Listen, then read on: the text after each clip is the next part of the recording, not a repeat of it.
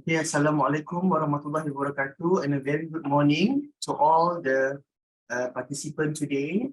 So welcome to our grand CPC of Obstetrics and Gyne-Onkologists today with us in the team of fertility preservation or Onkofertiliti.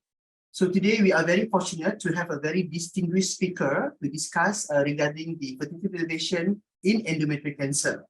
So we have here is Dr. Muhammad Azrai, Professor Madya, Dr. Muhammad Azrai Abu as our reproductive endocrinologist consultant in Advanced Reproductive Center to talk about the fertility preservation in endometrial cancer. We have Dr. Kavitha, which is our fellow in reproductive medicine, currently doing our attachment here in HCTM UKM. We discuss regarding the case presentation as well as how we help the patient to get pregnant. We have this Dr. Erica Hing, which is our consultant pediatric radiology, consultant radiologist in Hospital Pakar Kanak-Kanak, HCTM Kuala Lumpur.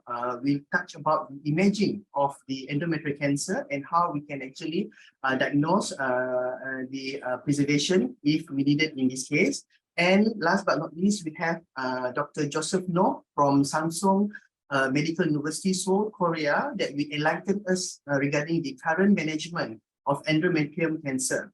So without further ado, I would like to pass the stage to Dr. Kavitha to enlighten us regarding the case, the interesting case of endometrial carcinoma that successfully preserved for fertility and pregnant and delivered a very beautiful child. So over to you, Dr. Kavitha. Thank you, Professor Faizal.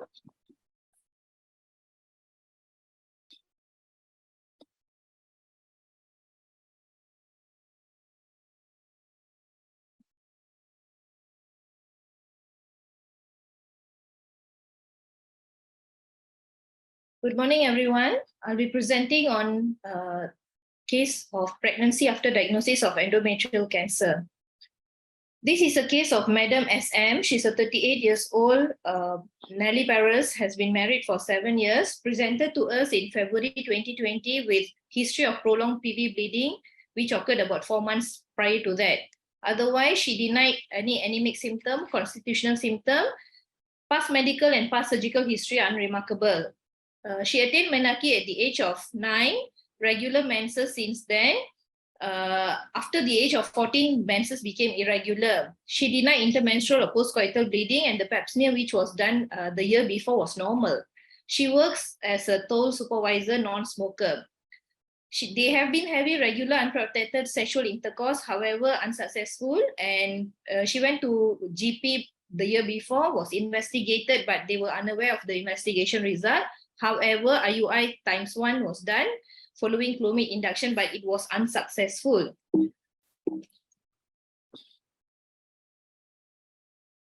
On exam, she was paying 31 per abdomen contender. It was a thick abdomen, and speculum examination was done. Noted that squirry small polyp-like growth protruding out of the cervical os, and it was avulsed and sent for urgent HPE. People sampling bimanual 6-week size, mobile side to side, and no annexal mass, POD, no Borginus fat. Scan was done, the uterus normal size, endometrial thickness was thick with a diameter of 16.9 millimeter. Cystic.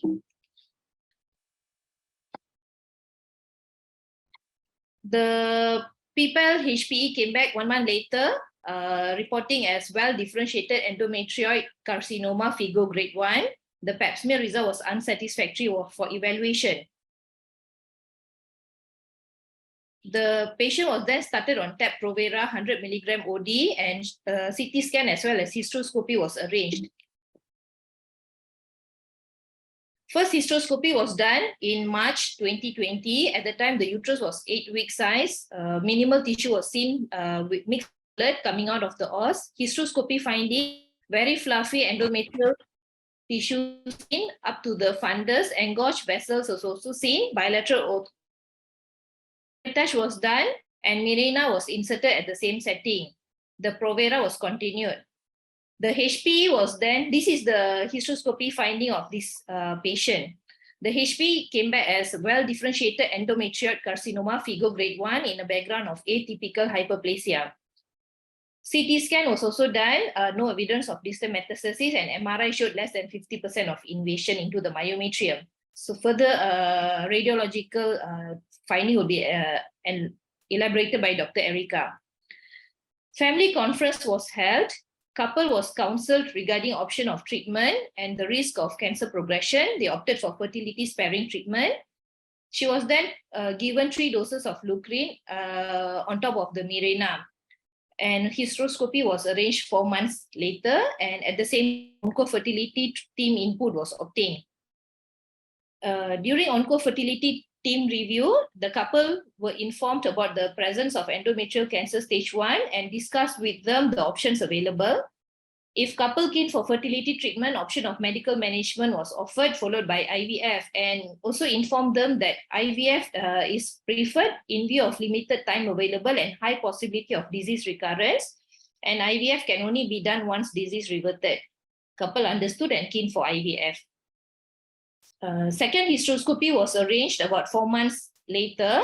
At that time, during the hysteroscopy examination, noted fluffy tissue seen with multiple small endometrial polyp occupying the whole uterus, and hypervascularity was also seen.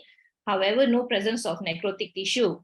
So the previous Mirena was removed and new Mirena was inserted. The HPE came back as persistent endometrial cancer stage 1. She was then given another 3 doses of Leucrin to complete total of 6 doses, and hysteroscopy was planned 3 months later.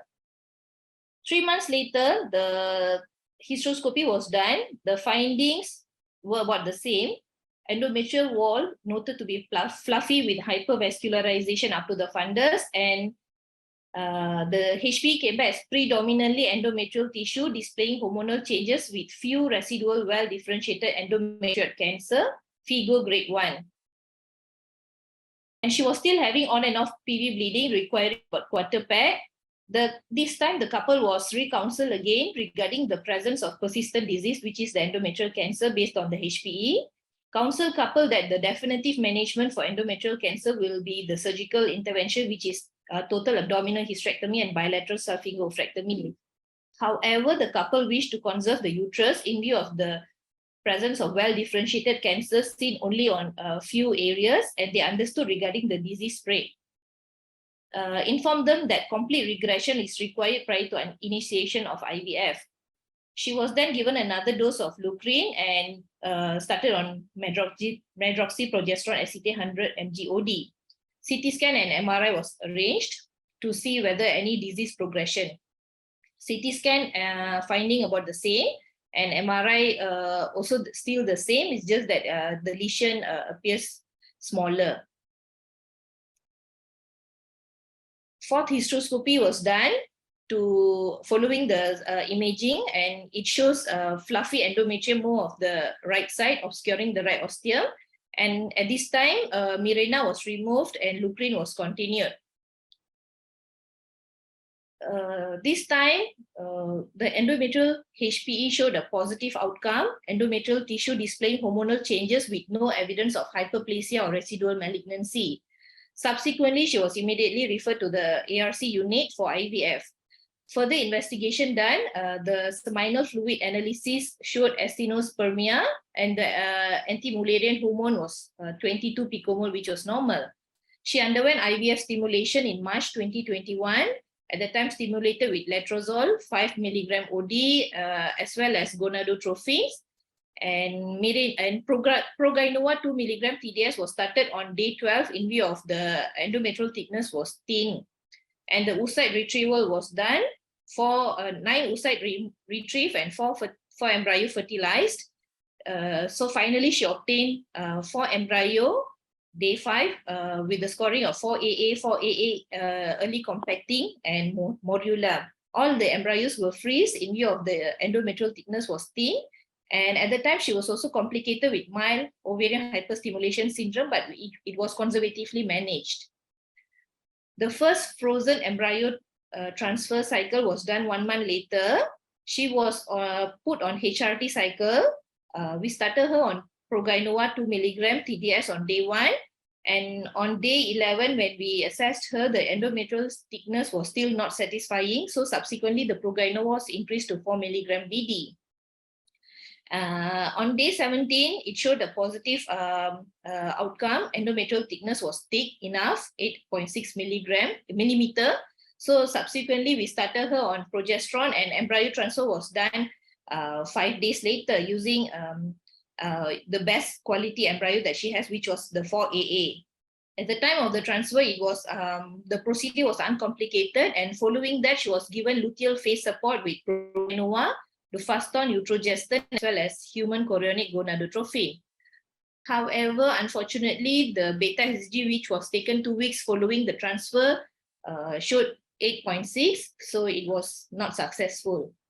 And when we reviewed her, she told us that the menses resumed, and in view of we transferred a good embryo and still unsuccessful, so we counsel her for repeat hysteroscopy to rule out any recurrent endometrial cancer. And true enough, the hysteroscopy finding showed fluffy tissue at the posterior endometrial wall and near the left ostium. Directed biopsy as well as curettage was taken. The curettage came back as focal residual well-differentiated endometrial carcinoma figure 1 in the background of proliferative endometrium. She was given another dose of Lucrin, 11.25 mg, and Mirena was inserted. PET scan and MRI was arranged. And 3 months later, we assessed the endometrial tissue using PIPL sampling, and the interpretation came back as focal suspicious looking glands, which could be endometrial adenocarcinoma or microglandular hyperplasia of endocervical glands. She was then reviewed in our clinic, remained amenorrheic, complaining of joint and back pain. However, patient not keen to continue Lucrin because possibly this is due to the effect of Lucrin. Counsel the couple again about the risk of hormonal stimulation during IVF, which can trigger proliferation of the cancer, leading to recurrence. Definitive management, but patient and husband still continue with medical fertility. So then we continued the Mirena, and couple was seen again 6 months later in our Gyne-Onko clinic. At that time, it has been 1 year since Mirena inserted. Patient remained amenorrheic, no constitutional symptom, and they still keen to proceed with fertility treatment. So then another hysteroscopy was arranged. At this time, the hysteroscopy findings showed endometrial cavity appears fluffy with few hyperemic area, no abnormal growth seen, and the directed biopsy showed unsatisfactory for diagnosis, and the endometrial curettage showed features consistent with hormonal changes, no residual malignancy seen. So we then proceed with the second frozen embryo cycle in December 2022. This time we opted for a different stimulation protocol using modified natural cycle using letrozole 5 mg OD from day 2 to day 6. On day 8 stimulation, we assessed her, the ET was thin. However, the left follicle was measuring 10 millimeter. We then put her on gonadotrophin injections and assessed her. On day 13 of stimulation, we noted that the endometrial lining responded. It was 6.3, appears trilamina, which is the one that we desired. And the mature dominant follicle on the left side was seen. She was then given trigger with HCG and planned for frozen embryo transfer 5 days later. Frozen embryo transfer was done on January this year. That time we used 3 embryo with the grade of 4AA, ECB, and morular. It was an easy procedure. At that time, the ET was 8.2 mm. Following the transfer, we put her on luteal phase support, cardioprin, Duphaston, Utrogestan, and HCG. And Progynoa 2 mg BD was given for 2 weeks. A month later, when we assessed her in our clinic, she remained amenorrheic. The beta HCG was taken, showed good outcome. It was 263 and was performed. We able to visualize IGS. However, no obvious fetal was seen. So basically, this is a chart showing the timeline of from the diagnosis till the patient able to get pregnant. Basically, from the time of diagnosis until the cancer reverted, the first time it took about 1 year duration. And then subsequently, she went for the IVF and first embryo transfer, which was unsuccessful, finally detected to have cancer recurrence. And from the recurrence until the cancer reverted, it took another.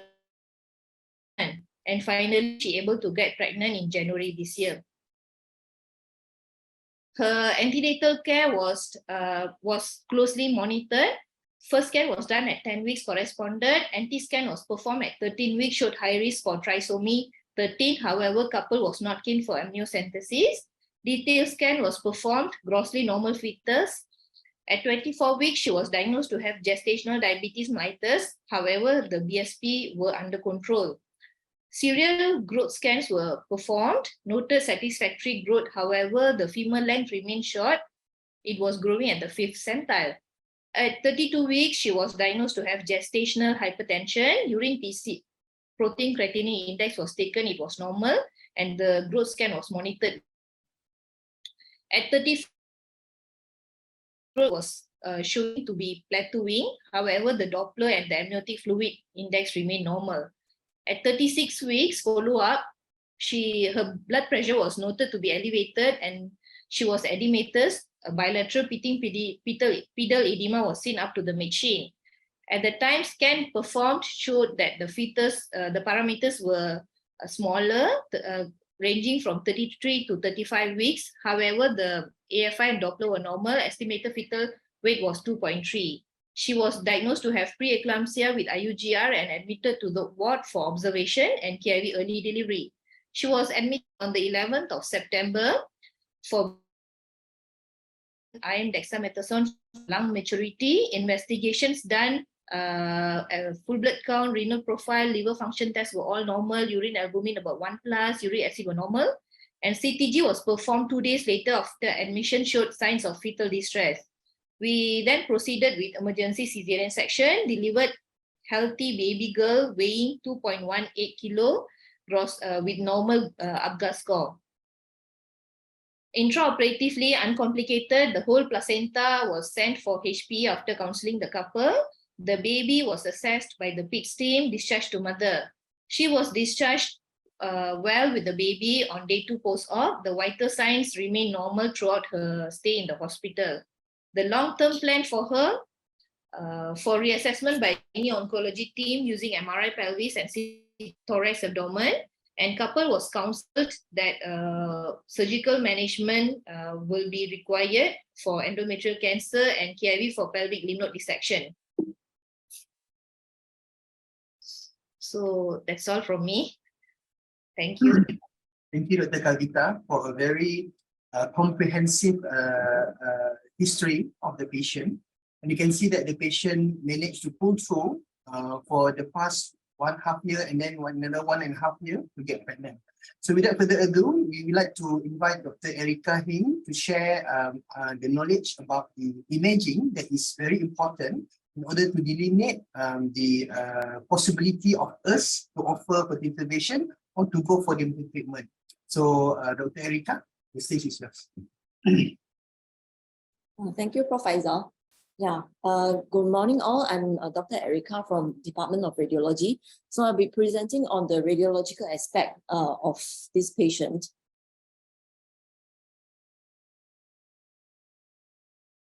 Yeah, so the first imaging that was done on our side, okay, for this patient is a CT, contrast enhanced CT thorax and abdomen on the 12th of March 2020. This was after the ultrasound by gynae side, right? So this CT scan actually, the images here, we have a sagittal view soft tissue window and a coronal view lung window. So the sagittal, if you look at the sagittal view, there's no solid organ metastasis, okay? The liver is clear and there's no lymph nodes, abdominal lymph nodes enlargement. But if you look at the uterus here, it's a very I would say, is a poor contrast. Okay, it's a very poor contrast with you don't see layers in the uterus. So CT has this disadvantage of showing pelvic organs properly, but you can see the Mirena within the uterine cavity. Other than that, you don't see any mass at all. Okay, on CT scan, and the lung window here is just trying to show you that there is no lung nodules to suggest lung metastasis. So this CT is basically a normal one, a negative scan. So in April, 1 month later, the MRI pelvis was done to look at local extension of the tumor because HPE has already confirmed there is endometrial CA despite no mass seen on CT. So this is T2 axial of the MRI pelvis, showing you the uterus in the center. Let me put on the highlighter. So this is the uterus here in the middle, and the Mirena sitting inside the endometrial cavity. So this one, the hyper intense one, is the endometrial cavity. If you can tell some difference in intensity, this is the normal endometrial lining, which is very bright and very hyper intense, right? But some parts at the fundus area here, the signal is slightly lower. So we call this intermediate signal lesions within the endometrial cavity, but you don't see any myometrial invasion in this view. Okay, so these are either polyps or some lesions within, right? And at the same time, also you can see these are bilateral ovaries with polycystic appearance. They are slightly enlarged, right? These are two other sequences in the same MRI showing you the coronal views. This one here on your left side is T2 and on your right side is DWI. So similar findings of some intermediate signal lesions within the endometrial cavity shown by the arrows here. And in this is the fundus region. So on DWI, we see some hyper intense signal within it at the region where we have this abnormal signal. So this is diffusion restricted, which means that usually malignant cells, they have limited amount of water within them. So they limit the movement of water. DWI is trying to detect the movement of water. So there's a reduced movement, then there will be restricted signal on MRI. So this is suggestive of malignancy, basically. So this is contrast enhanced T1 sagittal view of the pelvis, showing the uterus here. This is the fundus, right? So within this, you see some mildly enhancing. This part here is the normal endometrium that is very enhancing, but the fundal and the body region, you can see that the endometrial tissue actually is less enhancing than usual, and there is a little bit of irregularity of bulging of this soft tissue into the myometrium. This is the junctional zone here. So this suggests that there is some degree of myometrial invasion, but when you look at the whole thickness of the myometrium, it is not more than 50% of the myometrial thickness. So this one qualifies for a stage 1A endometrial carcinoma. The invasion is not more than 50%. If more than 50%, it will be 1B. Yeah. So that is how we use MRI to stage endometrial cancer. All these details will not be seen on CT, right? So in between, there was another MRI done, but I will not be presenting because not much changes. And a year later, a PET CT scan, positron emission tomography CT was done for this patient on July 2021. So this axial image and the sagittal image here shows this is the uterus with the Mirena within. And you see some high metabolic activity within the posterior wall. Is within the myometrium. It's not within the endometrial cavity, because endometrial cavity will be around the Mirena, which is quite clear over here. But the uptake, the increased metabolic activity is actually within the myometrium, the posterior wall. So on sagittal view, the similar findings are seen, and it's actually multiple foci, at least two foci in the posterior uterine wall. So because it is not coming from the endometrial cavity, this increased metabolic activity can be due to something else. instead of the endometrial CA itself, if it is there, okay? So if there is none, then probably there isn't endometrial CA. Things like leiomyomas, the fibroids, okay, or even adenomyosis sometimes can cause all this increased metabolic activity. So it is not very specific. If you see high uptake, it is not necessarily cancer per se, all right? So you have to interpret together with other findings, other imaging findings, to ensure that this is coming from the endometrial carcinoma and not something else. And the MRI pelvis was done 1 month later, on 21st of August. This was the last MRI that we had with her, because after delivery, she hasn't repeated her MRI yet, right? So this MRI, when we compare it to the previous one, this is T1 sagittal post-contrast image. This was the first MRI that I showed you just now on your right side, and this is the latest one. The latest one, which shows that there is not much of soft tissue seen, although there is probably some reduced enhancement, but it is not clear. And the myometrial endometrial interface is actually preserved. There's no evidence of invasion into the myometrium in this last MRI that we have with her. So generally, no obvious mass is seen. Okay, so but MRI is not enough for exclusion of any endometrial tissues that still has residual malignancy. That's why you still need PPL sampling and HPE to confirm that.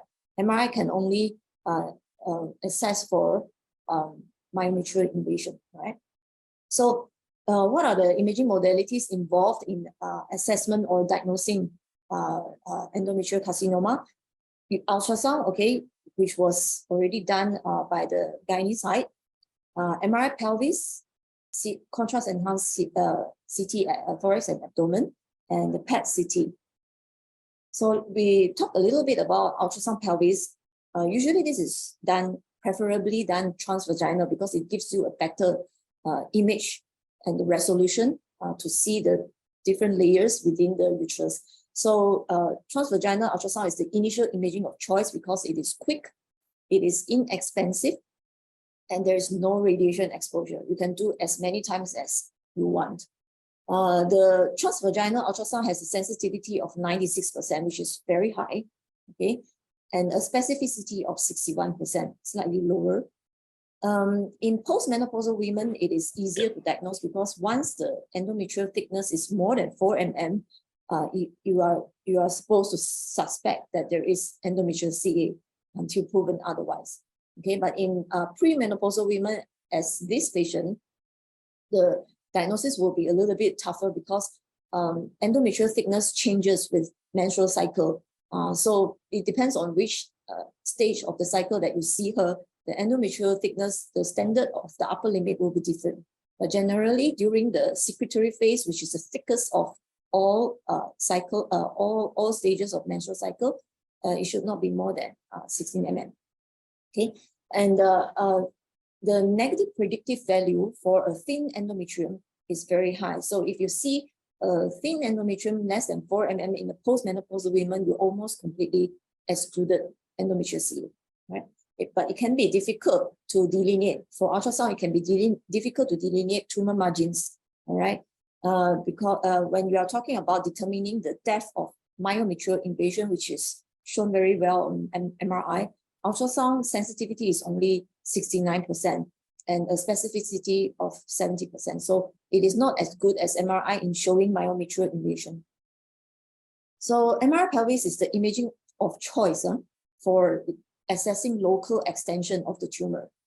Because it has excellent soft tissue contrast and there is no radiation, but it is very expensive and it is very time consuming to perform one scan. Okay, at least half an hour to 1 hour or even 2-3 hours. So the MRI optimally depicts the depth of myometrial and cervical invasion. And it also shows you extrauterine invasion. Okay, if it extends outside the uterus, you can see it very well on MRI. And it can also assess local lymph node involvement in the pelvic region. Right? So the tumor is usually hypo-intense on T1, intermediate signal, and lower signal than endometrium on T2. and enhances less than the myometrium on dynamic post-contrast sequences. And it shows diffusion restriction, like what I showed you just now on DWI. So the overall accuracy of MRI pelvis in diagnosing and assessing all these invasions are 83 to 92%. Contrast-enhanced CT thorax and abdomen is mainly done for staging purpose. It is to look for lymph node involvement, enlargement in the abdomen, and also to look for liver metastasis and lung metastasis. All right. So it is not so much for local tumor extension within the uterus and the pelvis, because it has a very poor soft tissue differentiation. So pelvic organs generally is very poorly assessed on CT scan. So it limits its use in local staging and endometrial CA. The tumor appears hypoattenuating and hypoenhancing in the endometrial cavity, but this appearance is non-specific. Polyp also look like that. Yeah, so that's why CT is not a good modality to diagnose and assess endometrial CA. For PET-CT, it is a nuclear medicine imaging. Okay, it uses fluorodeoxyglucose, in short FDG, and this radio tracer accumulates in malignant lesions because of their high glucose metabolism. So the area with malignancy will light up as high metabolic activity. Yeah. So it is highly specific for detecting lymph node and distant metastasis, as long as the lesion is not too small. Right? If the lesion is too small, then PET-CT's sensitivity will reduce. It may not be able to detect. But it is very useful in surveillance of endometrial CA because it can help differentiate diseased from residual non-diseased lymph node. Sometimes lymph node the size do not shrink significantly enough until you don't see them. So when you have a lymph node, you are not sure whether it is diseased, whether there is malignant cell or not. PET-CT can help you decide whether there is still residual malignant tissue within. But it has limited use in local staging because of local staging of early endometrial CA because of the poor contrast resolution in CT scan. It combines the metabolic activity with CT scan, but CT scan is very poor for assessment of endometrial CA. Okay, and also in premenopausal women, there's another problem because usually there is physiological uptake of the tracer of the FDG in endometrium and myometrium. So sometimes it can be confusing whether this is physiological or it's actually malignant cell. So in premenopausal women, it will be more difficult to interpret. So in conclusion, the role of imaging in early endometrial CA is actually just to assess local invasion and distant metastasis rather than diagnose. Because you can see from this patient's case, the tumor cells are very difficult to see even on MRI. Yeah, so the main role for it is to see how far it extends within the myometrium to help stage the disease. So for local extension, you can use either transvaginal ultrasound or MRI pelvis, or both of them. But MRI pelvis will be the imaging of choice if you have the modality available, yeah, because it is the clearest of all. Lymph node and the distant metastasis is usually assessed by contrast-enhanced CT, thorax, abdomen, and also PET-CT scan. And PET-CT is particularly useful in surveillance. So diagnosis otherwise still requires PPEL and HPE. So yeah, that's for me. Thanks. Thank you, Dr. Erika, for the enlightening presentation of the imaging that can help us to manage these cases. So as we know that MRI currently a gold standard for us to delineate the myometric invasion and also the spread of the disease. Although, as Dr. Erika had said, that ultrasound can be also a good modality, but the gold standard is still the MRI if we have the image facilities available. So thank you, Dr. Erika, for the comprehensive talk.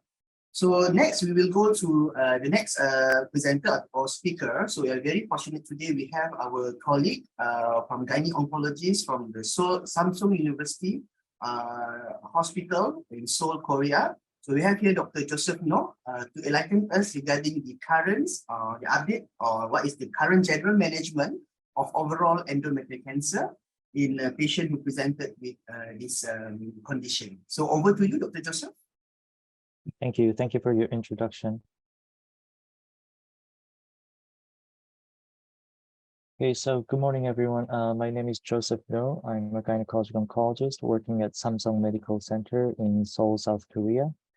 It is my great honor to meet with you all today. Thank you very much for giving me this opportunity to speak about the management of endometrial cancer.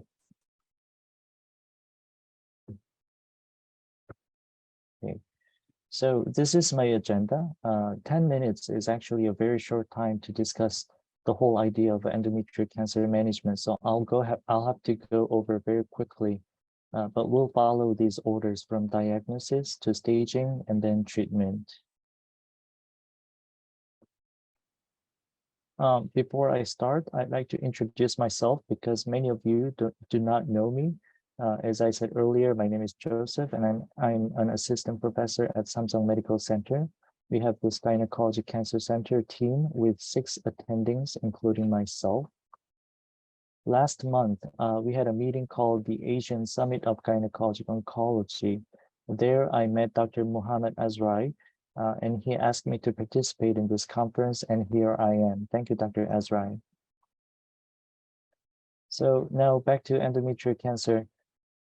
Some basic demographics. As you all know, endometrial cancer is the 5th leading cancer in women worldwide. It is the most common gynecologic cancer in developed countries, but in developing countries, cervical cancer is still the #1.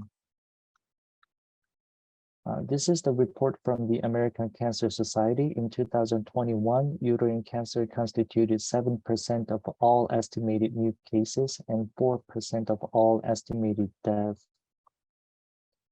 Now, as you all know, most commonly present symptom of endometrial cancer is postmenopausal vaginal bleeding or discharge. More than 75% of women experience these symptoms and visit their gynecologist. Because these symptoms develop relatively early, most women find their disease at early stages. If disease progresses, patients may experience urinary or rectal bleeding, constipation, pain, lower extremity lymphedema, and or abdominal distension. In order to diagnose endometrial cancer, you need systemic examinations, including bimanual vaginal examinations, inspection of the vulva, vaginal skin, mucosa, suburethral area, and cervix, and sometimes rectal examinations. You also need to perform CPC, chemistry labs, including liver function test, serum tumor markers, including but not restricted to CA-125, HE4, CEA, abdominal pelvic CT scan, chest CT scan, pelvis MRI, and plus PET CT. These are basic workup evaluations in my institution for endometrial cancer patients. In addition, you also need a pathologic confirmation by endometrial tissue sampling. For pathologic examination, I usually perform either endometrial aspiration biopsy or dilatation and curettage biopsy. I also sometimes perform hysteroscopic biopsy as well. Now, prior to 1988, endometrial cancer was clinically staged. However, nowadays, surgical staging is the standard. Why surgical staging? Approximately 23% of patients end up being upstaged after surgery. Pelvic nodal involvement is seen in less than 3% of grade 1 endometrium confined disease, but more than 30% in grade 3 disease penetrated the outer third of the myometrium. Aortic nodal disease, even though it is rare in grade 1 disease or in the absence of pelvic node metastasis, is seen in 14% and 23% of patients with deeply invasive grade 2 or 3 disease respectively. Therefore, surgical staging was promoted in order to better estimate 5-year prognosis for patients and to better tailor adjuvant treatment to them. As you all know, the FIGO recently updated its staging system, incorporating the molecular classification and histology in it. There are some controversies, but it is not within the scope of my presentation, so I will just skip it for now. In my institution, we still use the 2009 FIGO staging at this moment.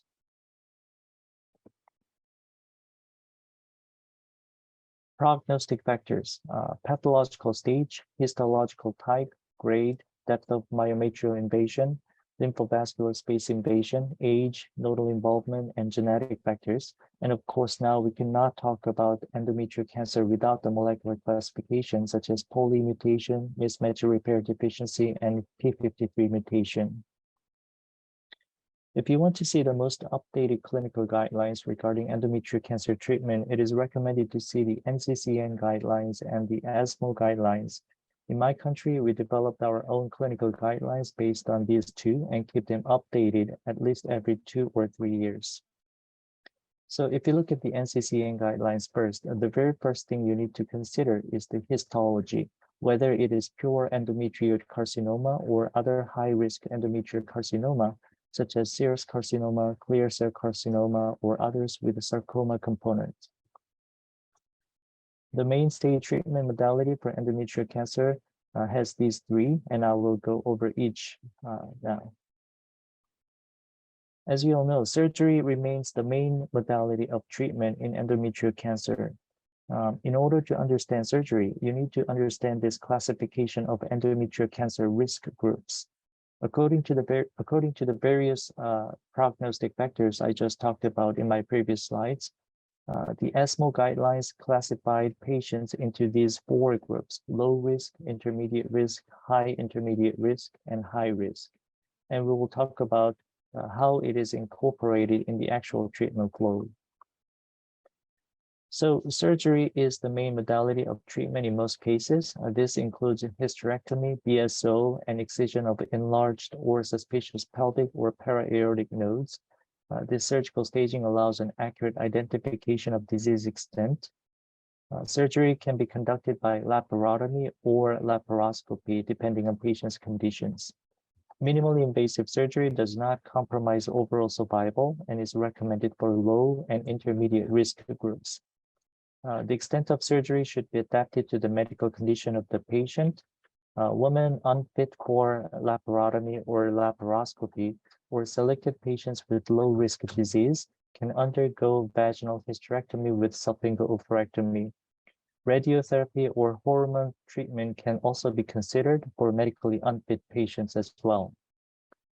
Lymphadenectomy is integral to the comprehensive staging of endometrial cancer, and it allows the tailoring of adjuvant treatment. However, the therapeutic effects of a lymphadenectomy are still unclear yet. Para-aortic lymph node involvement is commonly associated with metastasis above the inferior mesenteric artery, and systematic removal of pelvic and para-aortic nodes up to the level of the renal veins should be considered when a lymphadenectomy is performed. In my institution, we do perform sentinel lymph node biopsy. Sentinel lymph node biopsy represents a compromise between full dissection and no dissection, and it is feasible and it increases the detection of lymph nodes with small metastasis and isolated tumor cells, although the importance of these findings is unclear yet. The number of lymph nodes removed is important. A higher node count is associated with improved overall survival in intermediate and high-risk disease. Lymphadenectomy is not recommended for patients with low risk, stage 1 endometrial carcinoma, but can be considered for staging in intermediate risk, stage 1 or high intermediate risk disease. In high-risk stage 1 disease patients, a lymphadenectomy is recommended and can also be considered to complete staging for the tailoring of adjuvant treatment. Lymphadenectomy is also recommended for clinical or intraoperative stage 2 disease. For advanced stages, optimal cytoreduction can improve overall survival, and complete cytoreduction is recommended for advanced and recurrent disease where possible. Regarding adjuvant treatment, no adjuvant treatment is recommended for low-risk endometrial cancer. For patients with intermediate risk disease, vaginal brachytherapy provides vaginal control similar to external beam radiotherapy with less toxicity and is recommended to reduce vaginal recurrence. No adjuvant treatment is also an option, particularly for patients less than 60 years of age. For high intermediate risk patients whose nodes are negative, brachytherapy is recommended to reduce vaginal recurrence. Pelvic EBRT is the standard therapy for high-risk patients to maximize pelvic control. In high-risk, node-negative stage 1 disease, adjuvant EBRT with limited fields should be considered to decrease local recurrence. In high-risk stage 2 disease with simple hysterectomy, EBRT is recommended and consideration should be given to brachytherapy boost. In grade 3 disease, or if LVSI is positive, sequential adjuvant chemotherapy should be considered. For high-risk stage 3 endometrial cancer with no residual disease, chemotherapy is recommended to improve PFS and cancer-specific survival, and EBRT is recommended to decrease pelvic recurrence and to improve PFS and OS. There's more evidence to support giving the combination of chemotherapy and EBRT in stage 3A, B, and C1 disease than either modality alone, and chemotherapy and extended field EBRT can be considered for stage 3C2 disease. For other histologies such as serous and clear cell carcinoma after comprehensive staging, considerations are chemotherapy, vaginal brachytherapy alone, and EBRT in addition to chemotherapy. So in general, there is no agreement on the standard treatment for those with advanced endometrial cancer. Typically, a combination of surgery, radiotherapy, and/or chemotherapy is offered. For chemotherapy, commonly used agents include paclitaxel, platinum-based agents, anthracyclines, and cyclophosphamide. And of course, nowadays, immune checkpoint inhibitors such as pembrolizumab, in addition to the conventional chemotherapeutic agents, is used. Now, regarding chemotherapy versus radiotherapy, there have been a number of studies suggesting that chemotherapy alone is associated with greater pelvic failure, even though it may increase overall survival. So for example, GOG 122 study demonstrated 18% of pelvic failure compared to 13% in whole abdomen RT group. Other follow-up studies demonstrated similar results. Because of these high incidence of pelvic failure after chemotherapy alone, a sequential radiation and chemotherapy have been suggested. Nowadays, in my institution, we adopted what we call sandwich protocols, in which patients receive first 3 cycles of chemotherapy followed by RT, and then they complete the rest of their chemotherapy treatments.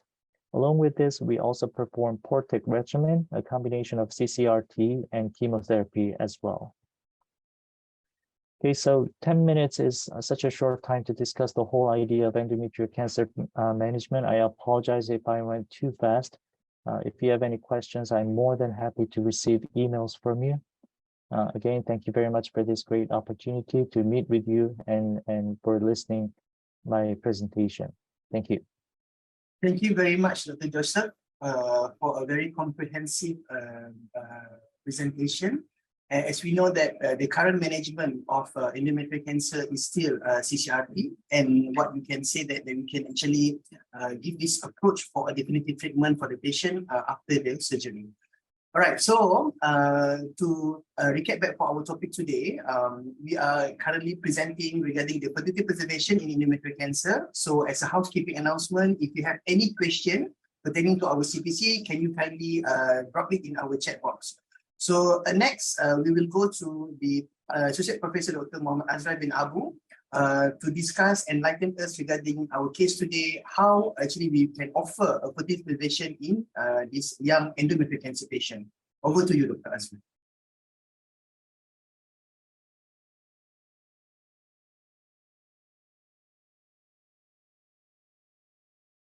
Unmute. Sorry for the delay.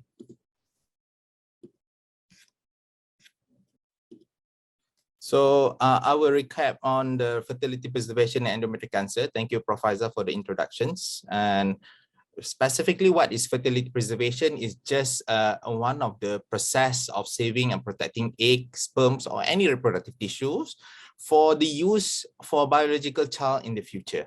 For female itself, there includes oocytes or eggs or embryo freezings, ovarian tissue freezings, ovarian suppressions, ovarian transposition, or other alternative treatment that certainly specifically for early stages in gynecological cancer. This has been described by this book in Fertility Preservation by our Dones, who is our godfather in fertility preservations. So why is fertility preservation nowadays become an important issue? So it's because of, according to WHO, in 2020, where we found that a lot more women in reproductive age had more endometrial cancer, and the incidence is keep on increasing, can be up to 50%. And these are most likely related to the sedentary lifestyle and also the Western lifestyle, where majority of women is obese, diabetes, and delayed in childbearing. And as we know, obesity is increased endometrial cancer up to 4-fold. And some of what happened is actually when those who had irregular menses and undiagnosed PCOS, they don't sure what to do, they just keep to themselves, there's not much awareness, they remain asymptomatic without seek medical attention until they come to fertility treatment. Therefore, they diagnosed with newly diagnosed endometrial cancer, then fertility preservation is actually important here. And somehow we had a very good studies showing that those women in early stage endometrial cancer had a better prognosis. Therefore, fertility preservation should be something important in this current era. So the first important things that everyone should know is actually how to make a diagnosis. Importantly, this have to be done by hysteroscopic examinations before you actually pursue for any fertility preservation. Diagnosis, like been mentioned previously, hysteroscopic is important because we will take a proper biopsy to the specific area in the endometrium, because sometimes when you actually just do a PPL, you can't get this kind of abnormal, like just one single lesions in the endometrium. So hysteroscopy will actually collect majority of the endometrial cell linings, and importantly is actually you can at least get a proper histological finding following the hysteroscopy rather than a PPL. And if you have uncertainty, you should actually commence for a second opinion from the experienced histopathologist if you think it's necessary. And it have to follow the grading, grade 1, grade 2, 3 system, because there's a lot of grading in histopatological in endometrial cancer. And who is actually eligible for fertility preservation or fertility sparing treatment is only for those who is actually diagnosed with well differentiated or grade 1 only, all right, without any myometrial invasion, which is grade 1, stage 1A. All right. So these are the things so important before pursuing or discuss on fertility preservations. And again, been discussed by Dr. Erica just now, the modalities of myometrial invasion and distant metastasis have to be clear. The importance of myometrial invasion have to be following MRI diagnosis or aiding with a CT scan for the distant metastasis. So again, who is eligible in endometrial cancer? In this case, she is well differentiated grade 1 endometrial adenocarcinoma. So it's a tick for eligible for this case. And it was obtained from hysteroscopy. And there's another one more important thing already being confirmed. And this disease is limited in endometrium by MRI preferably or transvaginal ultrasound, and there's the absence of suspicious or metastatic disease on imaging, and no contraindication. If you want to commence a medical therapy, there was no contraindication for these patients. And for pregnancy also, if this patient is too obese, high risk developing any deep vein thrombosis, so it's very, very unlikely for you to include in as a part of the fertility preservation treatment. And also, she must undergo a thorough counseling about fertility sparing treatment, which is not a standard care for treatment of endometrial cancer. So why? The question will ask back to me, why only those with HPE of well differentiated? Because we know a lot of vast study or previous study done in this well differentiated grade 1 only confined to the endometrium. And if the medical treatment is failed, those women still curable with definitive surgical therapy subsequently later. And some more, in this category of women, the issue is more towards progesterone receptor that is most likely present in this well-differentiated tumor, which your progestin treatment later on will give more success or recovery.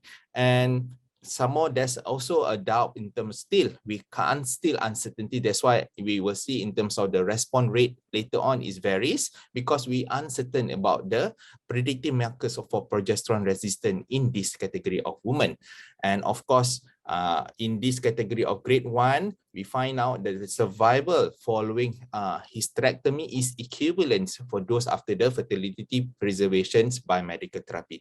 Therefore, we only exclusively specific for this well-differentiated cell. And what can we do? What you should do as a doctors when someone diagnosed with endometrial cancer and the concern is still fertility? First of all, please refer.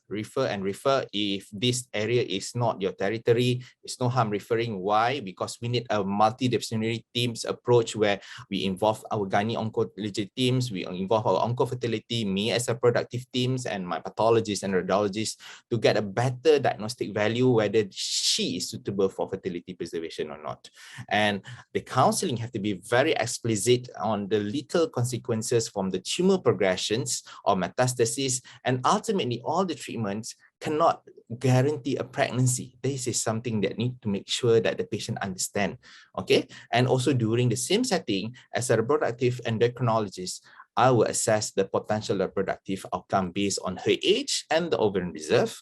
And we will also see any other health issues. As we know, this woman is purely sometimes with obesity, they have PCOS, they have metabolic disease, whether the fertility care, is it feasible or not?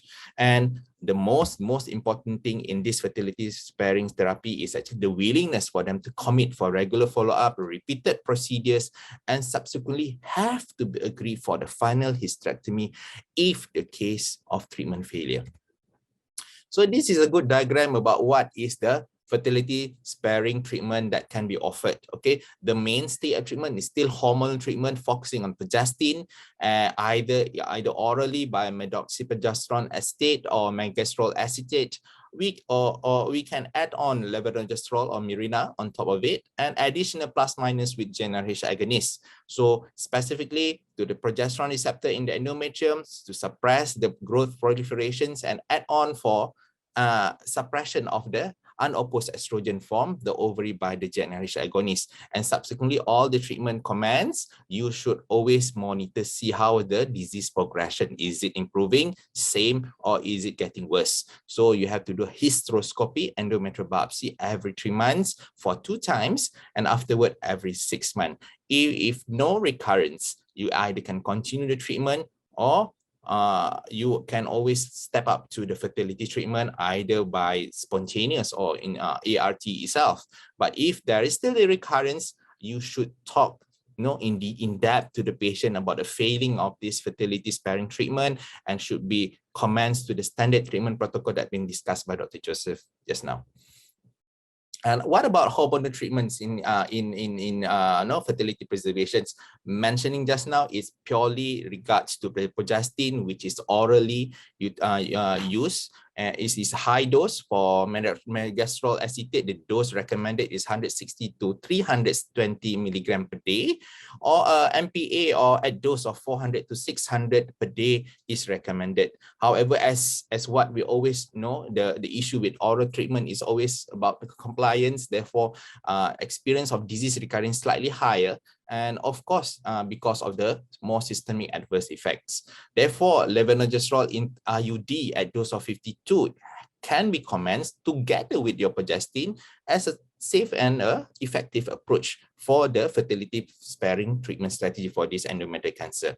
And have to be clear here, you can't use gonadotropin releasing hormone analog as a first line. You have to be an added value if you have concurrent disease with unopposed estrogens. So how long you want to treat and how long you want to say that is actually the treatment is responsive or she is not responsive. So we recommend duration up to 6 to 12 months within a complete response should be achieved. And the maximum time to achieve complete response should not exceed 15 months. And in the absence of any kind of response at 6 months, you should sit down again, counsel, and put all the teams who decide agreed for the fertility preservations, whether we can continue or we can always opted for the standard treatment protocol. Like in these patients, he had 1 year. We assess 1.5 years and we see the treatment failure and recur again. So that's why we sit down and do another MDT for us to make a better decision whether is she willing to continue or she opted for a standard medical treatment. So standard surgical treatment. So in every instance of this follow-up or treatment strategy, you should always monitor through hysteroscopy because this is the only things that can know how was the disease progressions. And of course, on top of it, you should ask patients to do weight control reductions in order to increase chances of more responsive, and who is considered as a complete response when you have at least 2 endometrial biopsy with interval of 3 months to show no endometrial cancer in the histopathology. And what is the treatment outcome? If you want to talk to the patients in terms of the counseling, majority by using combined hormone treatments, they have a global response rate up to 75 to about 79%, and partial response rate up to 4 to 4.7%, up to 7%, and no response rate in about 17 to 20.9%. And this response or treatment outcome is influenced by BMI, PCOS, which make the response less effective. And this is a good data from our human reproductive team in 2022, whereby they come up with a good systemic review about the complete response in this group of around 300 women undergoing about this treatment, about 861 women going through fertility sparing, where the success of the treatment complete response up to 79%.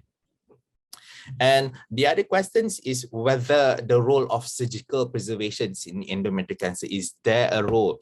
Because Mazen et al. In 2005 have proposing about 3-step technique of hysteroscopy resections in order to eliminate and know how was the myometric invasions in order for them to continue with the hormone therapy subsequently. Now, currently, we think there was a very limited value because we have a very good advances in radiological imaging, and some more by doing the resections of this endometrium up to the myometrium, it will interfere with embryo implantation subsequently later. Therefore, we're not doing for this patient. Therefore, this is not part of the things we discuss together with the patients. And what is a fertility treatment in endometrial cancer after the recovery phase, after they are already diagnosis of complete response? So you should always aim for conceiving as soon as possible, and ART should be considered because we know ART have a very staggered manners, and we know the problem have women with PCOS, they need a gonadotrophin, they need some response to enhance for growth of the follicles and increase the chances of the pregnancy slightly more higher without any higher recurrence rates. Okay, and what type of ovarian response or stimulation should be tailored according to the background of the patient. There's no optimal durations or protocol specific for these fertility preservations, and there's also no numbers at time of ovarian stimulation for these patients.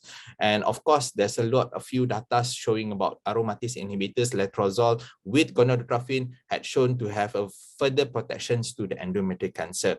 And there's a good study done in Russia to show is sometimes people, like in this case, after the first IVF and you do transfer, then the disease recur. So the question is, the ART itself shows a progression of disease, it want to increase the disease progress. So these studies done in Russia shows the ART does not actually influence with the disease-free survival. Therefore, although the statement is that, but you should be very cautious in every process of the ART. All right. And the pregnancy rate, when we talk about patients who underwent ART with the background of endometrial cancer treated, the pregnancy rate is up to 40% with the live birth rates of 33%.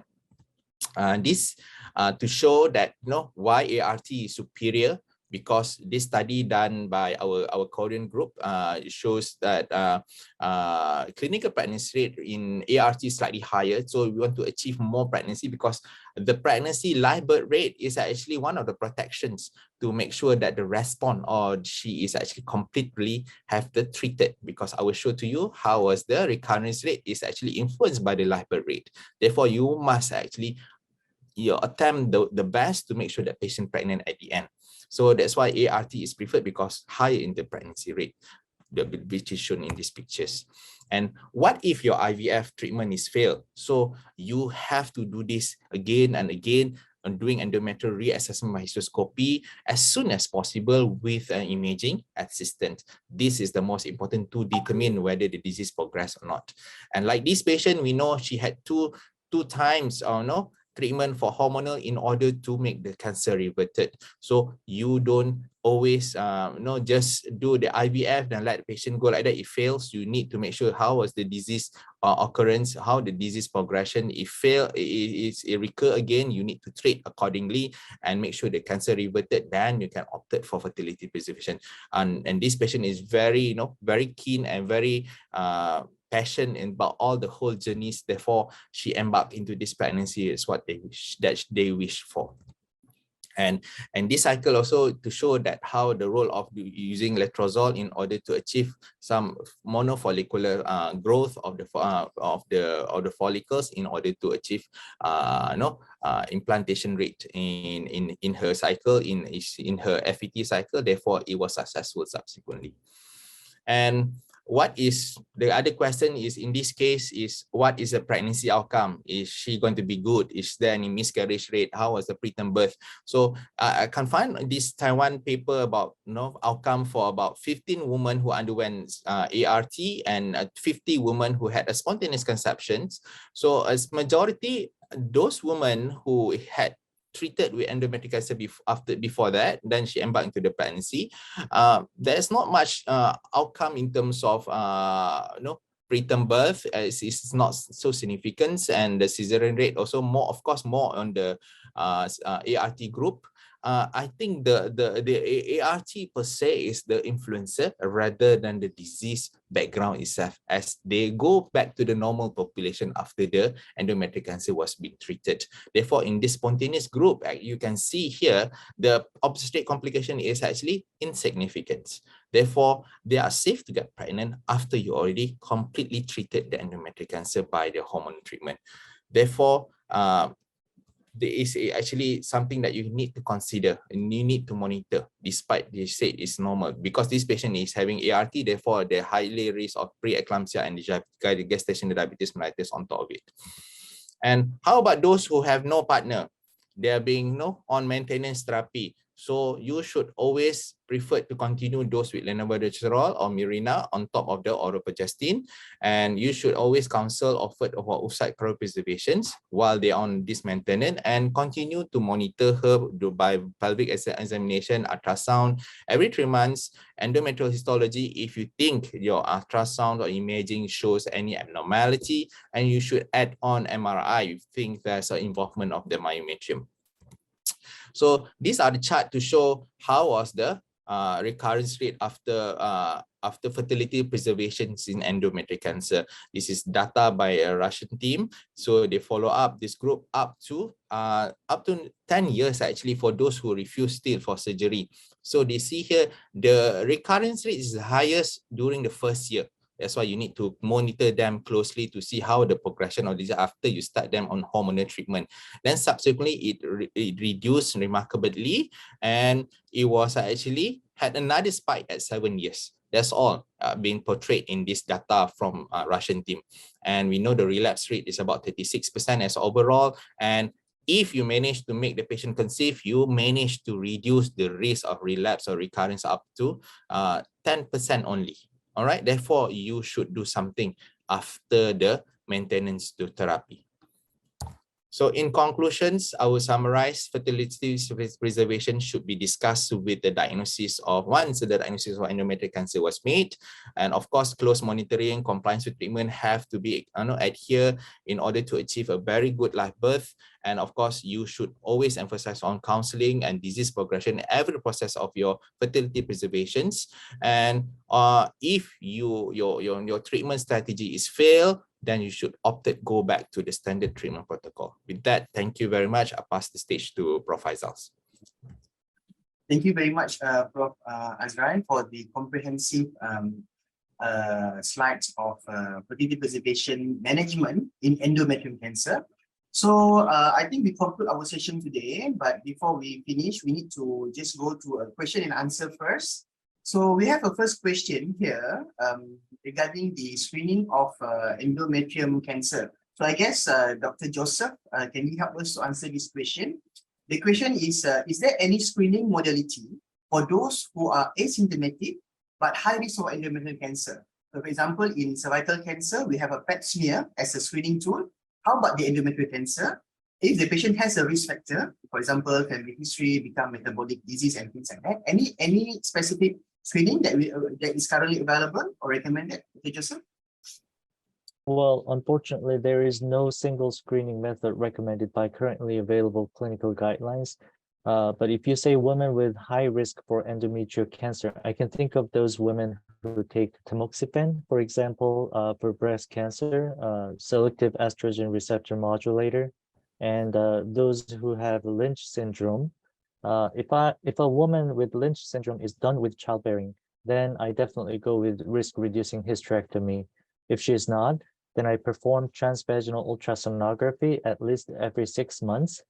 As Dr. Erica mentioned in her presentation, the negative predictive value of ultrasonography is very high. So if I don't see anything there, I can reassure my patients and repeat the exam after 6 months.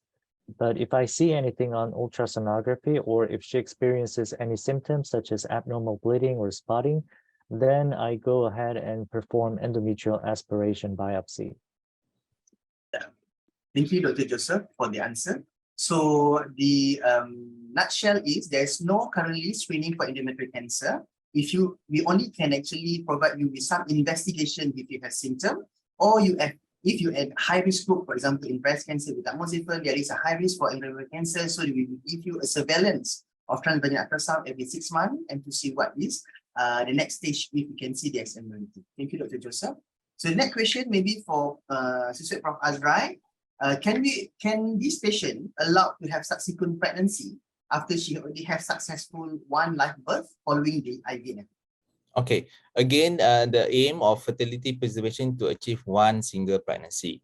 So you have to stick with our aim and counseling that after they already achieve one, they should not continue because with uncertainty of this fertility preservation, because we understand there's the risk of recurrence up to 36% despite of this treatment strategy, although previously being successful.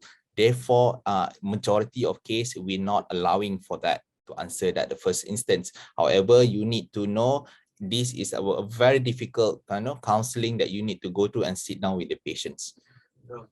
Thank you, Dr. Azrai. So as overall for oncofertility point of view, we will help the cancer patient to have at least one child and to have the feelings of become a parent. But after one child, usually we will counsel them for a adjudicative treatment because the life and fertility balance is there. So we need to actually propose for a adjudicative treatment. So next we will go for the question and answer for the medical student or for the audience. So I would like Dr. Azrai to handle the Kahoot for the participant now. Over to you, Dr. Azrai. Thank you, Prof. Faizal. Thank you. Thank you. Thank you, everyone. So, Encik Buari, can start the Kahoot? Okay, thank you. Kita akan pakai quizzes. Okay. So all the medical students and all the participants, you can participate with this very simple answer question on the Kahoots. So ready with all your handphones. It's very easy questions. It's just if you are on this CPC, you should able to answer.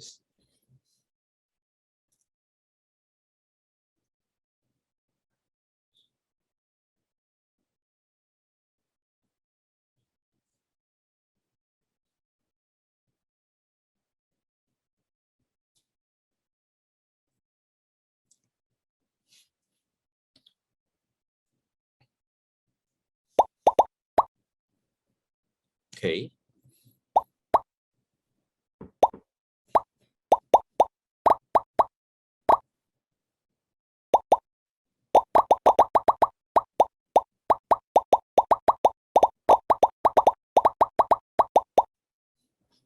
Tunggu berapa lama ni Cik Bari? So kita participant join first. So we have total 34.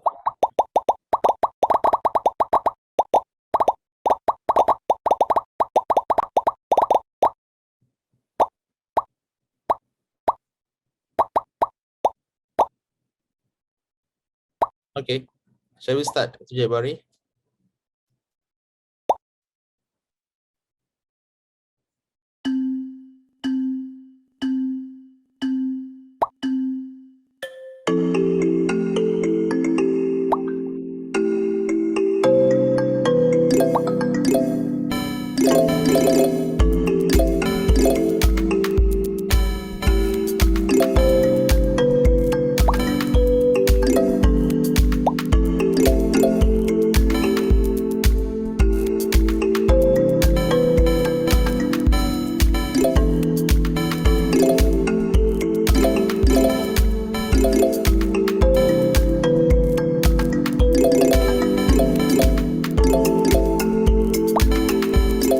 For those who don't see, because we're like looking at the cartoons here. So the first question is about what's the commonest type of endometrial cancer in reproductive women. Are we still ongoing, Cik Bari? Or we already completed?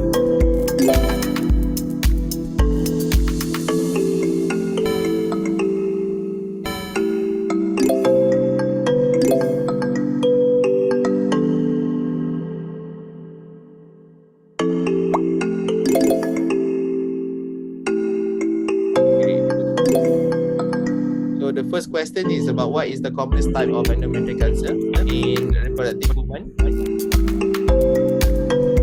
So the answer is adenocarcinoma.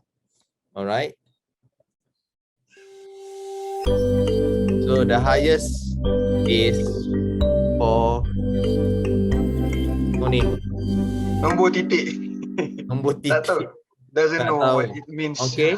The answer is adenocarcinoma, the first questions. The second question is about what is the commonest route, okay, for serous carcinoma for endometrium is lymphatic spread. The answer is C. And what is the stage of the endometrial cancer that is actually suitable for fertility preservation is grade 1, stage 1A. All right, that is the answer. All right, thank you for participation in the Kahoot. I hope we can always do another more session like this later in the future with medical students. Thank you, and I pass to Prof. Faizal.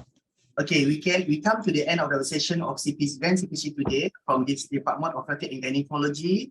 I hope that all the participants that participate with us this morning already enlightened regarding the fertility preservation of endometrial cancer.